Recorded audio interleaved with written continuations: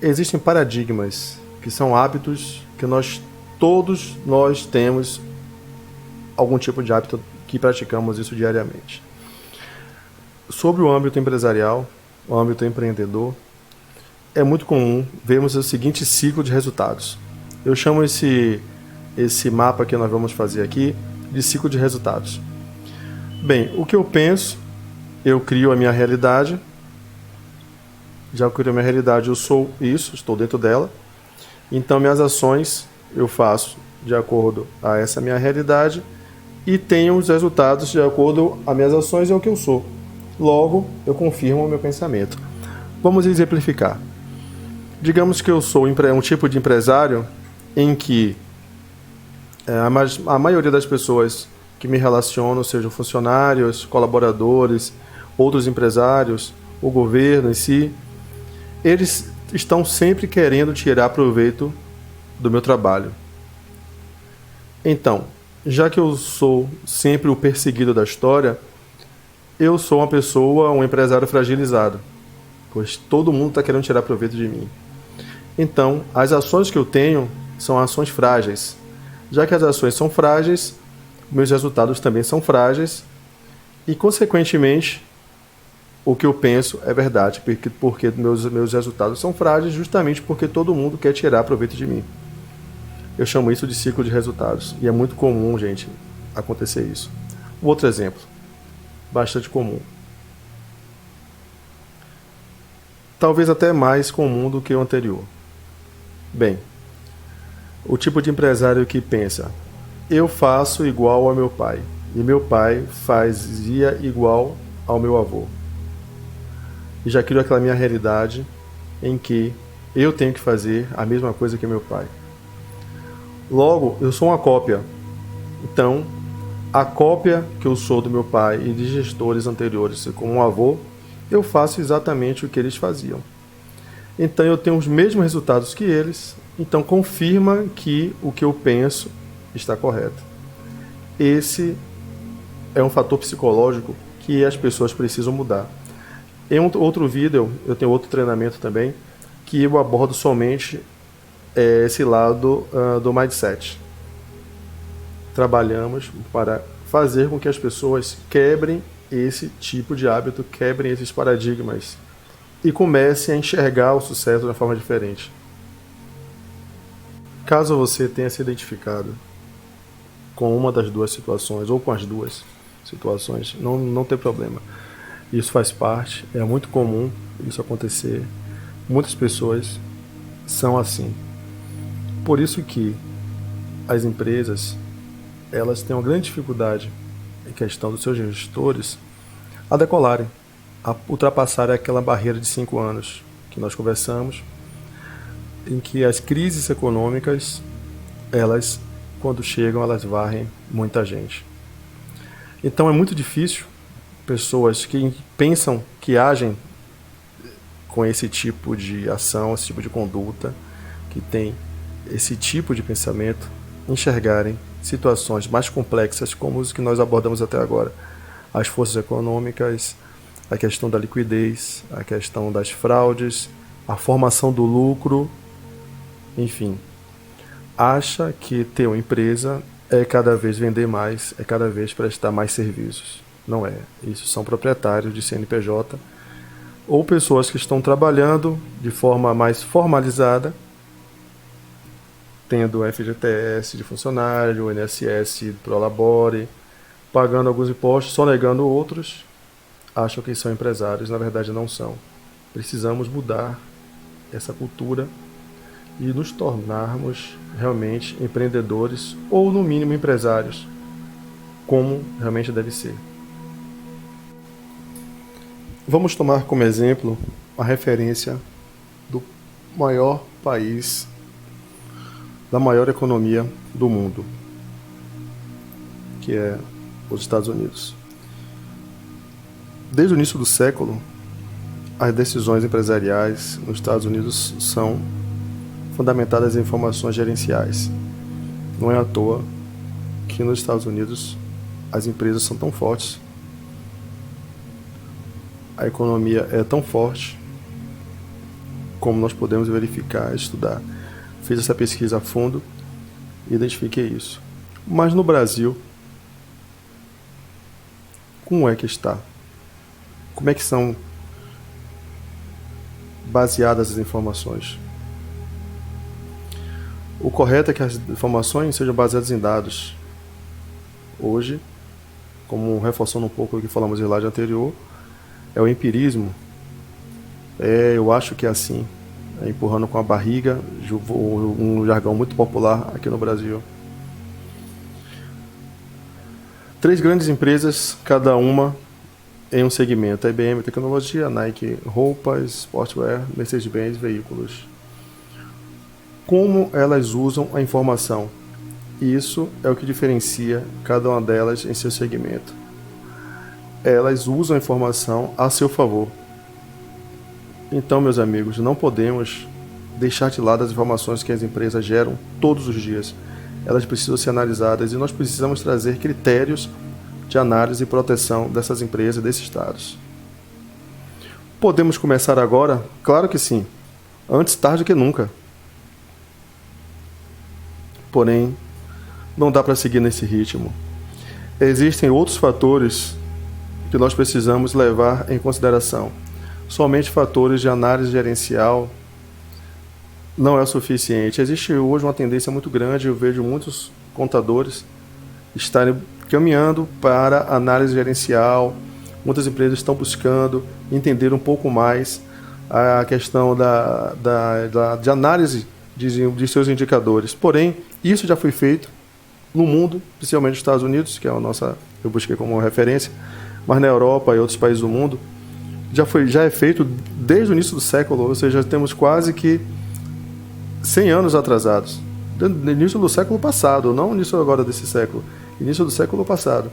Ou seja, já temos quase 100 anos de atraso, digamos assim. A seguir, vamos ver alguns fatores que também são muito importantes no processo de caminhada do sucesso, que toda empresa, todo empresário, todo empreendedor precisa estar bastante atento, principalmente a questão da complexidade dos negócios e relacionamento com os stakeholders. Temos evolução, há uma atenção também quanto ao sistema de compensação. Existe uma evolução na internet que era 3G, agora já estamos na 4G. Entrando um pouco sobre obrigações acessórias voltada para a área previdenciária, temos o E-Social, coisa que não existia há algum tempo. E tudo isso, nós podemos identificar que a tecnologia ela vem aprimorando, vem caminhando e está mudando a forma da gente realizar negócios, trabalhar. O próximo passo é que a inteligência artificial comande todas essas informações, sistema de compensação, a internet está caminhando para ir para o 5G, que é uma agenda, inclusive, muito especula-se a questão da nova ordem mundial.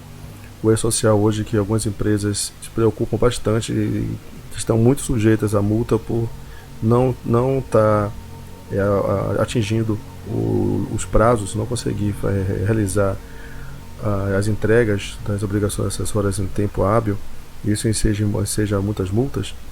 A inteligência artificial ela vai tomar conta de cuidar dessa parte operacional. Então, as empresas precisam estar atentas com a evolução. O empresário precisa estar antenado quanto à evolução que o mundo está caminhando. Não só se preocupar em vender, produzir mais serviços, não é por aí. As empresas que têm esse pensamento vão ficar para trás. E é pouco tempo. Não vai ser daqui a 10, 15, 20 anos. Não. Esse ano, próximo ano, as coisas já estão mudando, o mundo mudou. E está todo mundo vendo aí que essa mudança é para hoje. Empresários que não se preocupam com fraudes, riscos operacionais, riscos econômicos. Esse problema de risco é devido a má gestão. É um fato. Fraude, riscos operacionais e riscos econômicos é indicativo de que a gestão da empresa ela não é assertiva. Uma sugestão para solucionar, mitigar esses riscos é o compliance. bastante interessante, muito usado em outros países do primeiro mundo, principalmente Estados Unidos. Ele vem para trazer uma mitigação desses riscos e ajudar o empresário, o empreendedor, na caminhada do sucesso. Lembra daquela questão que nós falamos em slides anteriores a respeito da chuva que vai chegar, a tempestade vai chegar? Essa é uma ferramenta em que pode ajudar bastante a empresa, o empresário, se proteger dessa tempestade que está vindo.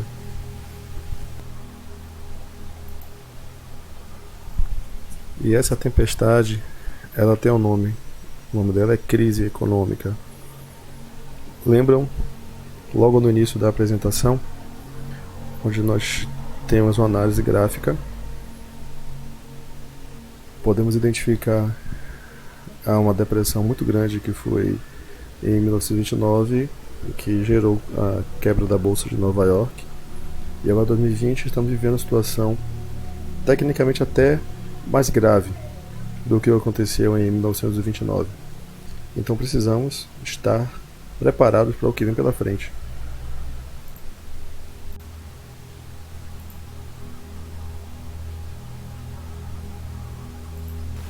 Mas o que é o compliance? Vem no termo de comply, que está em regra, cumprir critérios, conformidades, com leis e regulamentos externos e internos. Regulamentos externos e internos é bastante interessante, pois a gente busca entender a natureza, o modus operandi, os critérios, os limites de cada empresa. Compliance não é aplicado somente em grandes empresas, pelo contrário, ele pode ser aplicado em qualquer empresa. Pode ser em pequena empresa, uma média, uma grande empresa. O compliance ele pode ser muito bem adaptado à realidade de cada um. Portanto, não existe justificativa para deixar a empresa exposta, aberta sem nenhuma defesa das intempéries que podem ocorrer em qualquer momento. E nós estamos vendo que ao horizonte próximo da gente vem uma crise muito forte. Não tem justificativa, não tem porquê não nos prepararmos. E o compliance, ela é uma ferramenta que pode ajudar e muito qualquer empresa nesse momento. Está em compliance, está em conformidade. Mas vamos verificar como ele surgiu. Surgiu no início do século XX, com as agências reguladoras, e em 1991 a Comissão de Pena Americana ele institui que empresas que possuem programas de compliance que possam ter algum problema na justiça terão penas mais brandas. Nós podemos recordar duas situações bem interessantes, dois exemplos muito bons que aconteceram nos Estados Unidos, que foi o escândalo da WorldCom e da Enron. Ambos estavam praticando fraudes, não existiam critérios muito rigorosos em questão de análise de risco dessas empresas, e os acionistas sofreram muitas perdas, pois quando foi descoberto as empresas elas faliram. Então, quando você possui critérios de compliance estabelecidos no dia a dia da empresa, de forma que possa mitigar esse tipo de risco, os sócios estão bastante protegidos. Quanto ao âmbito doméstico, no Brasil, com a Lei 9613 de 98, foi a primeira lei onde começamos a tratar dos crimes de lavagem de dinheiro e ocultação de bens. Em seguida tivemos a Lei 12.683 de 2012, que foi a evolução da lei de 98, e ela é a base chamada Lei Anticorrupção. Essa lei, inclusive, ela indica que empresas que possuam programa de compliance, caso elas tenham algum problema na justiça, as penas tendem a ser mais abrandadas. Exemplo, a Odebrecht, que sofreu aí muito com a Lava Jato, né? Estavam praticando atos de corrupção, a Camargo Corrêa, etc., como foi noticiado bastante nos meios de imprensa, veículos de imprensa. Ela teve suas penas mais abrandadas por possuir programas de compliance. Essa lei foi a base para Lava Jato, a Operação Lava Jato, onde fez com que o nosso Brasil mudasse muito. Hoje as relações empresariais, elas existem critérios de integridade, de preocupação com o meio ambiente, coisas que eram apenas focado para as grandes empresas. Hoje as médias e pequenas empresas têm essa preocupação, estar em conformidade. Empresas menores que fazem negócios com grandes empresas, e grandes empresas, até pequenas empresas e médias, que se relacionam com alguns governos, como por exemplo o Rio de Janeiro, em Brasília, hoje precisam ter programas de compliance vigentes nas suas empresas, na sua administração. Isso será uma rotina para a realização de novos negócios.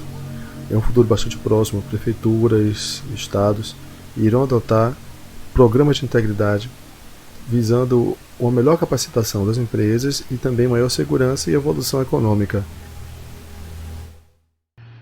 É importante mudarmos a nossa forma de pensar, onde possamos estar construindo empresas sólidas, seguras e possamos contribuir para o crescimento do país. Podemos construir uma grande nação, mas precisamos ter uma nova forma de pensar, adotarmos ferramentas de proteção para que as empresas gerem riqueza e não somente gerar receitas. Vamos ao próximo vídeo, onde teremos uma sugestão de mudança bastante interessante.